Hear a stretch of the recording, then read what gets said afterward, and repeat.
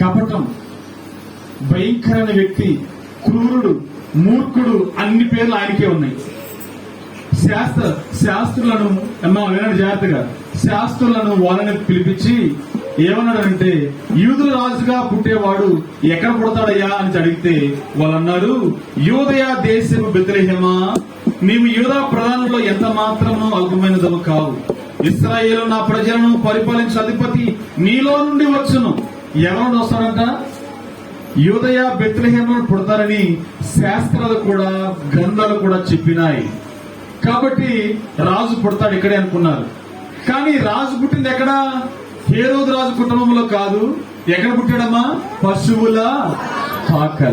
పశువుల పాకలు పుట్టినందున మరి ఏమన్నాడు తెలుసా? జ్ఞానులతో చెప్పిన మాట ఏంటంటే, మీరు వెళ్ళి ప్రభుని సేవించి మరలా రండి. ఏమన్నాడమ్మా? మీరు వెళ్ళి సేవించి నా దగ్గరికి వచ్చి నాకు చెప్పండి, ఆ ప్లేస్ చెప్పండి, నేను కూడా వెళ్ళి మొక్కుతా. ఏమన్నాడమ్మా? నేను కూడా వెళ్ళి నిజంగా మొక్కడానికి కాదు, మరి ఏం చెప్పండి, చంపటానికి. ఎవరిని? బాలుడైన యేసు ప్రభువుని చంపడానికి మీరు కూడా నాకు చెప్పండి అంటే వెళ్ళారు. వెళ్ళిన తర్వాత బంగారము, బోలము, సాంబ్రాణి ఇచ్చి ప్రభువుని మొక్కారు. మరి మన కాదు. ఎవరు మొక్కారు? వాళ్ళు ప్రభువుని మొక్కారు. బంగారం దేనికి చూసినా చెప్పండి? బంగారం దేనికి చూసినా? రాజునకు చూసినా చెప్పండి? రాజు అయినా ప్రపంచాన్ని పరిపాలించే రాజు కాబట్టి బంగారం ఆయనకి సమర్పించారు.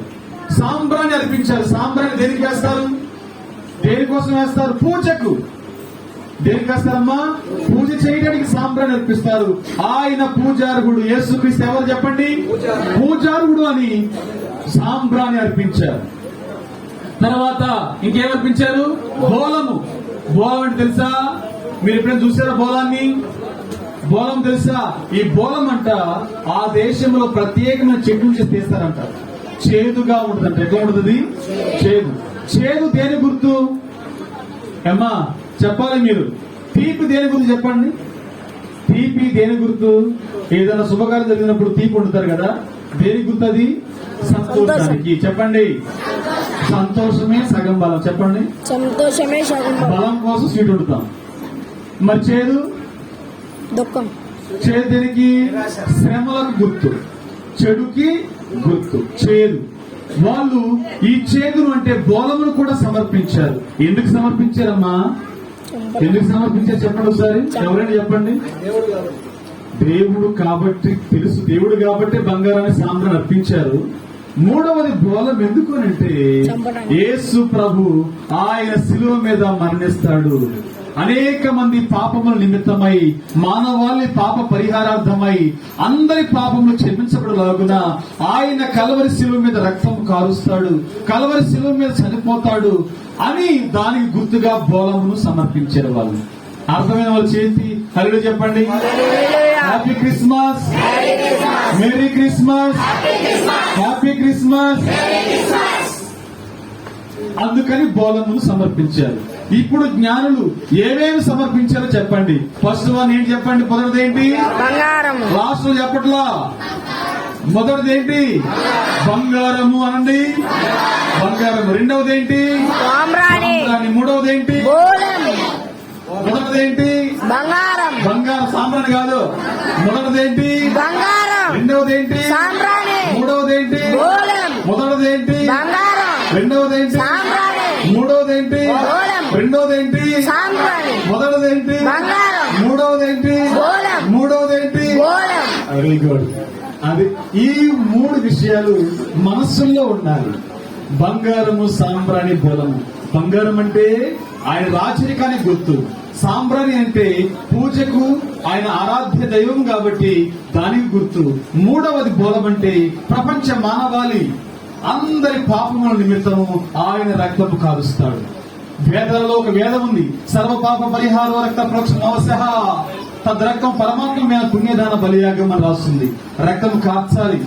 పరమాత్ముడే, దేవుడే భూమి మీదకి వచ్చి రక్తం కారిస్తే ఆ రక్తం ద్వారా మనుషులు పుణ్యాత్ములు అవుతారు. ఎట్లా అవుతారని చెప్పండి? పుణ్యాత్ములు. పాపం పోతుంది, పరిశుద్ధులు అవుతారు. మరి ఆ రక్తం కార్చింది ఎవరు? చెప్పండమ్మా, ఆ రక్తం కార్చింది ఎవరు? గ్రంథాలలో ఎక్కడన్నా ఉందా? మన పరిశుద్ధ గ్రంథంలో మాత్రమే ఉంది. యేసు రక్తము ప్రతి పాపమును కడిగి శుద్ధీకరించునని. ఆయన రక్తము కార్చాడు. బోర బలిందిలేమ్మా, ఇబ్బంది లేదు. బుడగ బెల్లును పగిలింది. ఆయన ఒక్కడై ఉండి రక్తము కార్చాడు. దేవుడై ఉండి, మనిషి కాదు. మన దేశానికి స్వాతంత్రం రావడానికి అంబేద్కర్ గారు, గాంధీజీ గారు, లాల్ బహదూర్ శాస్త్రి గారు, సుభాష్ చంద్రబోస్ గారు, భగత్ సింగ్ గారు, ఎంతో మంది పోరాడితే చనిపోతే భారతదేశానికి ఏమొచ్చింది? స్వాతంత్రం వచ్చింది.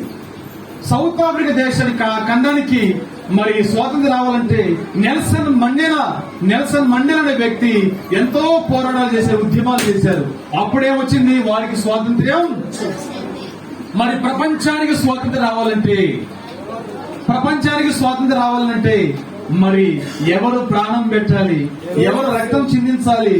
ఎవరు దానికి ఉద్యమం చేపట్టాలంటే మన ప్రభువైన యేసుక్రీస్తు. ఒక దేశానికి స్వాతంత్రం రావడానికి వీళ్ళు ఎంత కష్టపడ్డారు. ప్రపంచానికి స్వాతంత్రం రావడానికి అపవాది తంత్రాల నుంచి, అపవాదు నుంచి విడిపించడానికి యేసు ప్రభు అందరి కోసం ప్రాణం పెట్టారు. నమ్మిన వారు స్తోత్రం చెప్పండి. హల్లెలూయా. హృదయ లోతులు, గుండె లోతులు ఉండాలి. మన ప్రభు మన కోసం ఈ భూమి మీదకి వచ్చి మనందరి కోసం చనిపోయాడు, తిరిగి లేచాడు అని చెప్పగలగాలి. అదే నిజమైన క్రిస్మస్. చెప్పండి, అదే నిజమైన క్రిస్మస్ ఆనందం. మన ప్రభు నా కోసం తిరిగి వచ్చాడు, భూమి మీదకి వచ్చాడు, ప్రాణం పెట్టాడు అని ఆలోచించాలి, తెలుసుకోవాలి. ఇంకొక విషయం అమ్మా, ఈ విషయం కూడా చెప్పేసి నేను ముగించేస్తా. ఇది చూడండి అందరూ ఒకసారి హల్లెలూయా చెప్పండి. హల్లెలూయా. ఇది అవ్వగా రాత్రి సమయాల్లో గొర్రెల కాపురులు, ఎవరన్నా వీళ్ళు? గొర్రెల కాపురులు పొలములో గొర్రెలు కాసుకుంటున్నారంట. ఏం చేస్తున్నారు? గొర్రెలు కాసుకుంటున్న సమయంలోనంట ఒక గొప్ప వెలుగు వచ్చింది. గొప్ప వెలుగు వచ్చేసరికి ఒక్కసారిగా బాబాయ్ అని భయపడ్డారు వారు పామరులు. ఎవరమ్మ వాళ్ళు? పామరులు అంటే అర్థం ఏంటి? చదువు లేని వారు, నిరక్షరాస్యులు. వారు మందర కాసుకుంటుండగా ఒక గొప్ప వెలుగు వచ్చింది. ఆ వెలుగులో దేవదూత మాట్లాడుతున్నాడు. గబ్రియలు దేవదూత ఏమని మాట్లాడుతున్నారు? దావీదు పట్టణమందు నేడు రక్షకుడు నీ కొరకై పుట్టి ఉన్నాడు. అంతకుముందు వచ్చినవేంటి? ప్రజలందరికీ కలుగబో మహా సంతోషకరమైన వర్తమానం నేను మీకు తెలియజేస్తున్నాను. ఏంటి శుభవర్తమానం? దావీదు పట్టణమందు నేడు రక్షకుడు మీ కొరకు పుట్టి ఉన్నాడు. దానికి ఇదే మీ కానవాలు. ఒక బిడ్డ పొత్తి గుడ్డలతో చుట్టబడి ఆ తొట్టిలో పరున్న పెట్టి ఉంటాడు.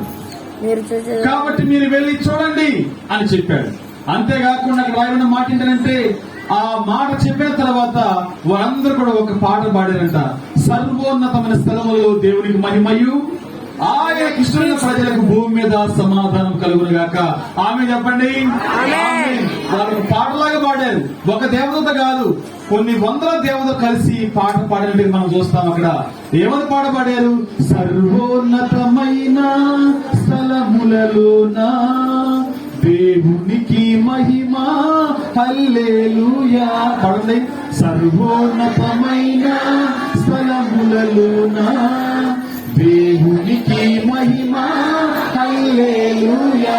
అందరం కలిసి పాడదాం. సర్వోన్నతమైన స్థలములలోన దేవునికి మహిమ హల్లెలూయా. మరొకసారి. సర్వోన్నతమైన స్థలములలోన దేవునికి మహిమ హల్లెలూయా.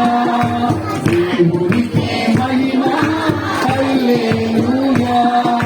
దేవునికి మహిమ ఎక్కడంటే సర్వోన్నతమైన స్థలములు, పరలోకంలో దేవునికి మహిమ. భూమి మీద ఎవరికి సమాధానం అంటే ఆయనకు ఇష్టముగా బ్రతికిన వారు. ఎవరంట? ఇష్టముగా బ్రతికిన వారికి ఏమొస్తుంది? కష్టాలు రావు. ఏమొస్తుంది? సమాధానం. కష్టాలు ఉన్నప్పటికీ వాటిని ఎదుర్కొనే శక్తి ఎవరిస్తారు చెప్పండి? దేవుడిస్తాడు కదా. సమాధానం. మనకి సమాధానం కావాలా, సంతోషం కావాలా? చెప్పండి. ప్రజలందరికీ కలుగుబో సంతోషకరమైన వర్తమానం దూత చెప్పాడు. లాస్ట్ లో ఏమన్నాడు? ఆయన ఇశ్వరుడు ప్రజలకు సమాధానం పాడబడారు. ఇప్పుడు మీకు ఏది కావాలి?